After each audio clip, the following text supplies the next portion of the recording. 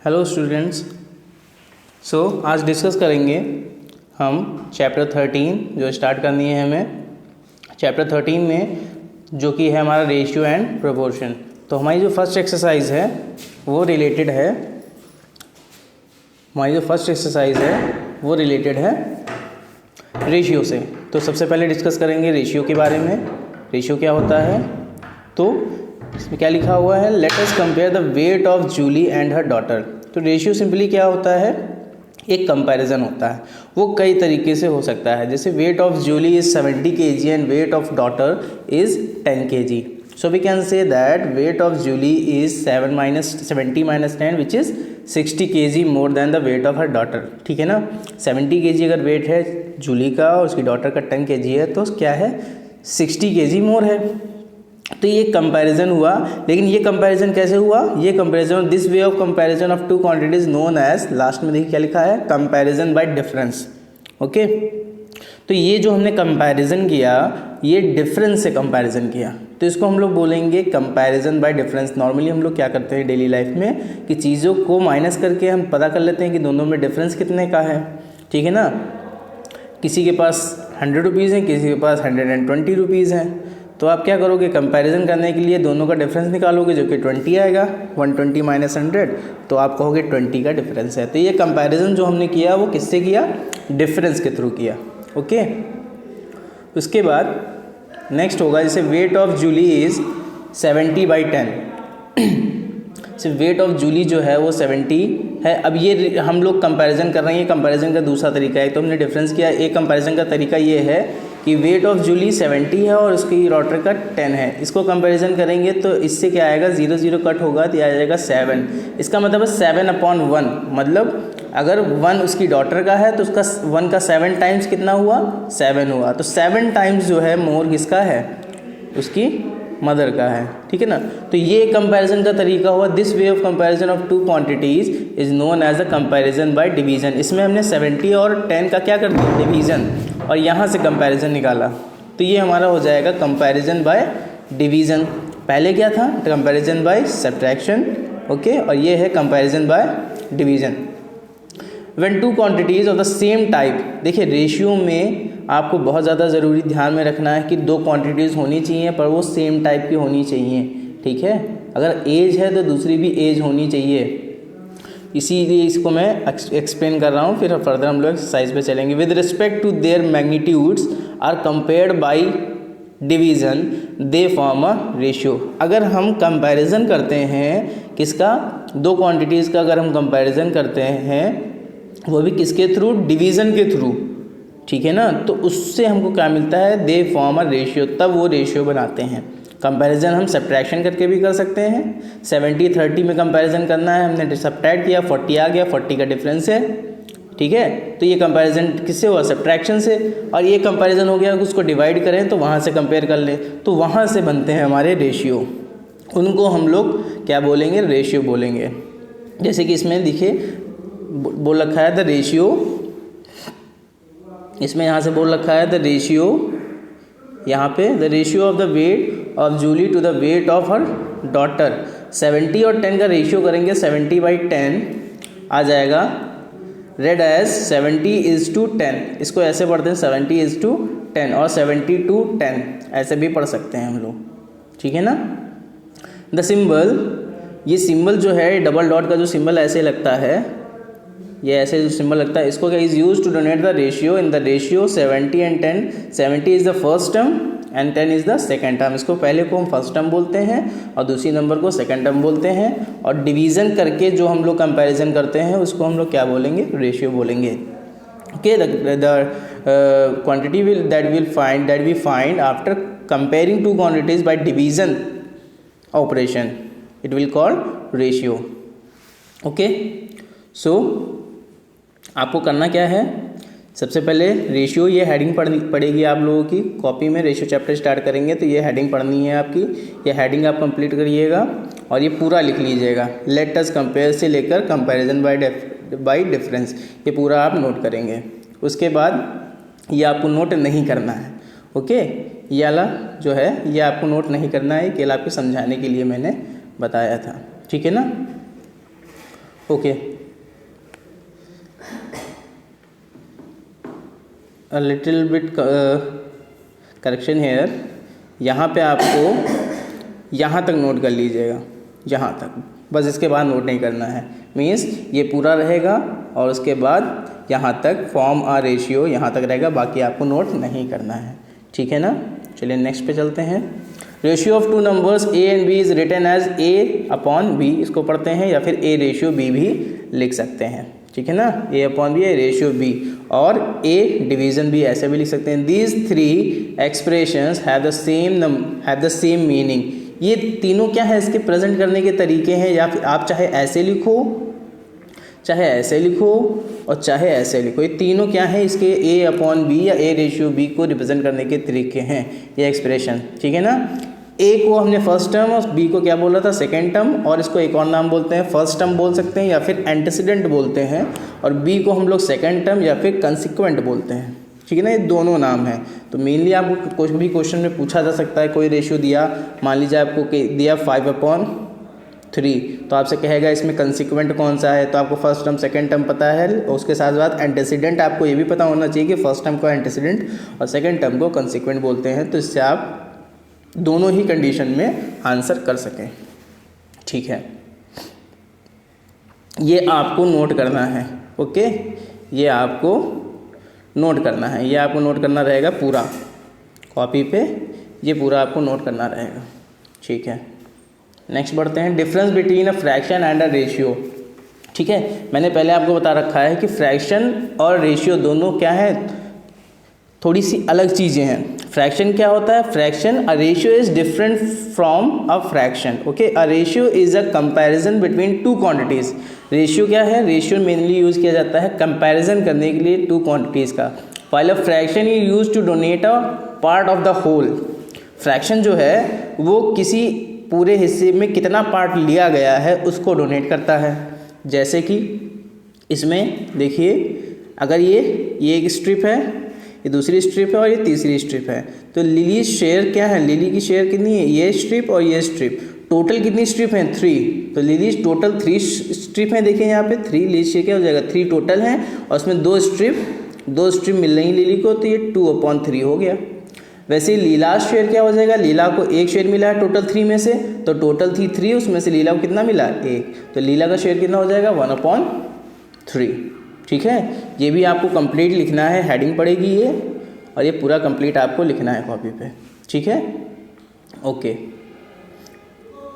Next move करेंगे, ratio of like measurement. मैंने पहले बोला है कि रेशियो जो हम फाइंड करेंगे उसमें लाइक मेजरमेंट, मतलब उसकी जो यूनिट्स होनी चाहिए दोनों क्वांटिटीज़ की, वो क्या होनी चाहिए, सेम होनी चाहिए, लाइक मेजरमेंट होनी चाहिए, ठीक है। मान लीजिए पहली क्वांटिटी मीटर में है, दूसरी सेंटीमीटर में है, तो इस केस में अभी मैं आगे डिस्कस करूंगा, उस केस में अगर दोनों यूनिट सेम नहीं है बट उसको आप कन्वर्ट कर सकते हो, मीटर को आप सेंटीमीटर में कन्वर्ट कर सकते हो, ठीक है। तो रेशियो जो होता है मेनली लाइक यूनिट्स में ही निकाला जाता है, ताकि उसकी जो सेम यूनिट है वो कैंसिल हो जाए, कैंसिल आउट हो जाए, ठीक है, क्योंकि रेशियो की कोई यूनिट नहीं होती।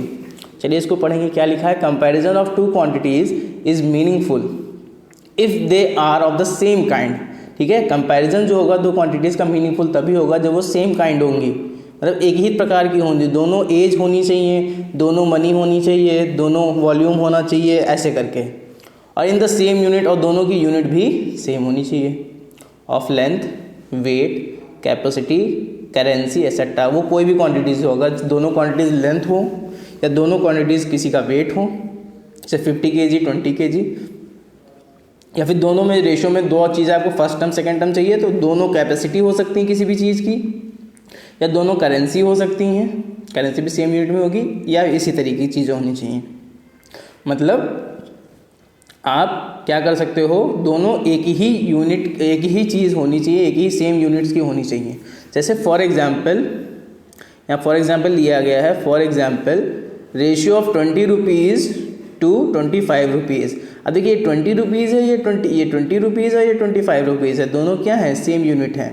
20 रुपीज़ रेशियो में इसका फाइंड कर लेंगे, 20/25, ये 20/25 आ गया, रेशियो में लिखेंगे, और इसको क्या लिख सकते हैं, 20 रेशियो, ये रेशियो का सिंबल लगा हुआ है, रेशियो 20/25, ठीक है ना। यहाँ पे क्या लिखा है, the units are dropped if they are the same, ठीक है ना, दोनों सेम होते हैं, दोनों रुपीज़ में थी तो ये दोनों रुपीज़ की यूनिट्स क्या हो गई, कट हो गई, तो 20/25 बचा, ठीक है ना। Similarly the ratio of 36 metre to 27 metre, वैसे ही 36 मीटर और 27 मीटर का भी करेंगे, यहाँ पे मीटर मीटर कैंसिल आउट हो जाएगा और 36/27 बचेगा। इसको हम लोग 36:27 भी लिख सकते हैं। ये दोनों ही तरीके हैं, मैंने बता रखा है रेशियो को रिप्रेजेंट करने के लिए, ठीक है ना। इसमें भी सेम यूनिट्स क्या हो जाएंगी, हट जाएंगी। फिर देखिए नीचे बहुत इंपॉर्टेंट चीज़ लिखी हुई है, ध्यान दीजिएगा, क्या लिखा हुआ है, what is the ratio of 10 boys and 15 cows. अब देखिए दोनों में यूनिट बदल गई, यहाँ ये बॉयज़ हैं और यहाँ काउज हैं, ठीक है ना। तो ratio of 10 boys and 15 cows 20 litres and 15 toys etcetera of course we can not compare them. इनको हम कंपेयर नहीं कर सकते हैं क्योंकि ये 10 बॉयज़ का रेशियो 15 काउज, दोनों की अगर 10 बॉयज़ यहाँ 15 बॉयज़ ही होता तब हम कर सकते थे, लेकिन यहाँ 10 बॉयज़ हैं और 15 काउज हैं, दोनों अलग अलग चीज़ों की बातें हो रही हैं, तो इनको हम रेशियो में नहीं लिख सकते। 20 लीटर्स एंड 15 टॉयज़, ये भी अलग अलग यूनिट है, यहाँ पे लीटर्स है, कैपेसिटी है, टॉयज़ ये कोई ऑब्जेक्ट की क्वांटिटी है, ठीक है ना।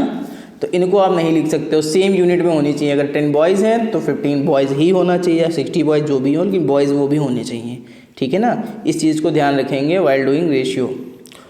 Then of course we can not compare them and hence there is no ratio between them. तो इन दोनों के बीच में कोई भी रेशियो नहीं हो सकता, क्यों, क्योंकि दोनों सेम क्वांटिटी की नहीं है। अगर एक 10 बॉयज़ है तो 15 काउज, दोनों पहले में बॉय है दूसरे में काउ है, तो इसको हम लोग कंपेयर नहीं कर सकते, ठीक है ना। ये भी आपको कंप्लीट करना रहेगा, ये पूरा हेडिंग पड़ेगी, ये पूरा आपको स्क्रीन पे जितना दिख रहा है इतना आपको नोट करना रहेगा, ओके। चलिए नेक्स्ट पे बढ़ते हैं, रेशियो ऑफ अनलाइक मेजरमेंट। अभी मैंने बताया मान लीजिए दो अनलाइक मेजरमेंट हैं तो इसको कैसे कंपेयर करेंगे। Quantity of same kind but different units, quantity same he kind की होंगी बट डिफरेंट यूनिट्स, उसमें यूनिट्स जो होंगी ये भी आपको नोट करना रहेगा, ये पूरा आपको नोट करना रहेगा, थोड़ा सा ही है। For finding the ratio of two unlike measurements convert them into measurement whenever possible. अब जैसे कि इससे पहले क्वेश्चन में बॉयज़ और काऊ का आया था, से 10 काऊ हैं और 15 बॉयज़ हैं, तो काऊ को हम लोग बॉयज़ में कन्वर्ट नहीं कर सकते हैं, है ना, या बॉय को काऊ में नहीं कन्वर्ट कर सकते हैं। ऐसी कोई यूनिट तो होती नहीं कि 1 बॉय इक्वल्स टू 2 काऊ, ऐसा कुछ है ना, तो ऐसा तो कुछ होता नहीं है। तो इसमें आप कन्वर्ट नहीं कर सकते हो, क्योंकि इसी देखिए लास्ट में लिखा व्हेनेवर पॉसिबल, जब पॉसिबल हो। लेकिन मान लीजिए कोई क्वांटिटी आपकी 15 मीटर मान लीजिए लिखी हुई है और दूसरी लिखी हुई है 2 सेंटीमीटर, तो इसको आप कन्वर्ट कर सकते हो। 15 मीटर को आप सेंटीमीटर में कन्वर्ट कर सकते हो, ये सेंटीमीटर में ऑलरेडी है, और इसको सेंटीमीटर में, इस चीज़ को सेंटीमीटर में कर लेंगे और ये सेंटीमीटर में पहले से है। अब हम रेशियो निकाल सकते हैं, तो इसको हम कन्वर्ट कर सकते थे, लेकिन काऊ को बॉय में कन्वर्ट नहीं कर सकते या बॉय को काऊ में कन्वर्ट नहीं कर सकते। बस कुछ यूनिट्स को कर सकते हैं, मीटर को सेंटीमीटर में कन्वर्ट कर सकते हैं, ठीक है ना। तो रुपीज़ को पैसे में कन्वर्ट कर सकते हैं, ऐसी क्वांटिटीज को कन्वर्ट कर सकते हैं, तो उनको हम लोग कन्वर्ट करेंगे, ठीक है। तो ये बहुत इंपॉर्टेंट पॉइंट था, आप लोग ध्यान में रेशियो करते समय, रेशियो की क्वेश्चन लगाते समय ये सब चीज़ें आपके माइंड में होनी चाहिए पहले से। इसीलिए मैंने ये वीडियो आप लोग पहले चैप्टर क्वेश्चन एक्सरसाइज पे जाने से पहले मैंने ये सोचा आपको प्रोवाइड कराया जाए, ठीक है। नेक्स्ट है बिल्डिंग इक्विवेलेंट रेशियोज। पहली एक्सरसाइज रेशियो से रिलेटेड है, तो अब केवल रेशियो की बात करेंगे। फिर नेक्स्ट एक्सरसाइज के लिए जो उसमें प्रोपोर्शन रहेगा तो उस प्रोपोर्शन पे भी डिस्कस करेंगे। Building equivalent ratios. अब इक्विवेलेंट रेशियो नाम से ही पता चल रहा है, इक्विवेलेंट मतलब जो उसके बराबर हो, ऐसा कोई रेशियो जो उसके बराबर हो, ठीक है ना। कंसीडर द रेशियो 8:12 एंड 10:15, ये दो रेशियोज हैं, okay. Reduce the ratio two the lowest term. Lowest term क्या होता है, उसको सिंप्लीफाई कर देते थे और उसकी लोएस्ट टर्म हमको पता चल जाती थी। से 8/8:12 है, यहाँ पे देखिए 8:12 को हम 8/12 लिख सकते हैं, और 8/12 को अगर इसको कट करेंगे 4 2 ज़ा 8 और 4 3 ज़ा 12, तो ये 2/3 आ गया। मतलब 8/8:12 को सिंप्लीफाई किया तो 2:3 आया।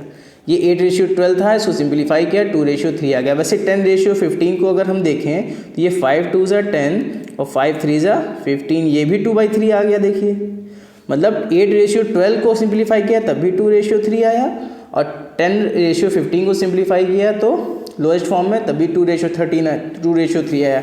इट मीन्स ये 8:12, ये 8:12 और 10:15 ये दोनों क्या हैं, इक्विवेलेंट रेशियोज़ हैं, क्योंकि दोनों का सिंपलेस्ट फॉर्म जो है वो 2:3 ही है ना, दोनों का सिंपलेस्ट फॉर्म 2:3 है।